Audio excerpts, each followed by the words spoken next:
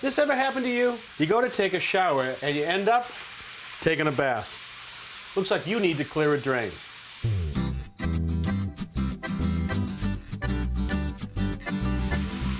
When a bathtub or shower backs up, many people reach for a bottle of this, drain cleaner. Now these harsh chemicals may clear the clog, but they also could damage pipes and they could be dangerous for plumbers should you need to call in a backup. But the good news is clearing a stoppage can be easy if you have the right tool. This is called a drum auger, also known as a snake. It should be part of every homeowner's arsenal.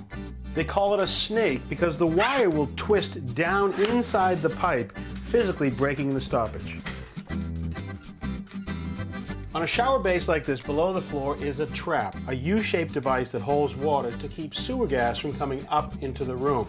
Now this is also a place where the stoppage can occur, in the trap or in the horizontal pipe below the floor. It starts by removing the strainer and running the drain snake down. What you want to do is advance it a little bit at a time and then lock it, then twist it down the drain.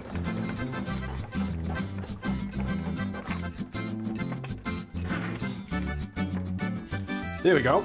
Let's see what the problem was.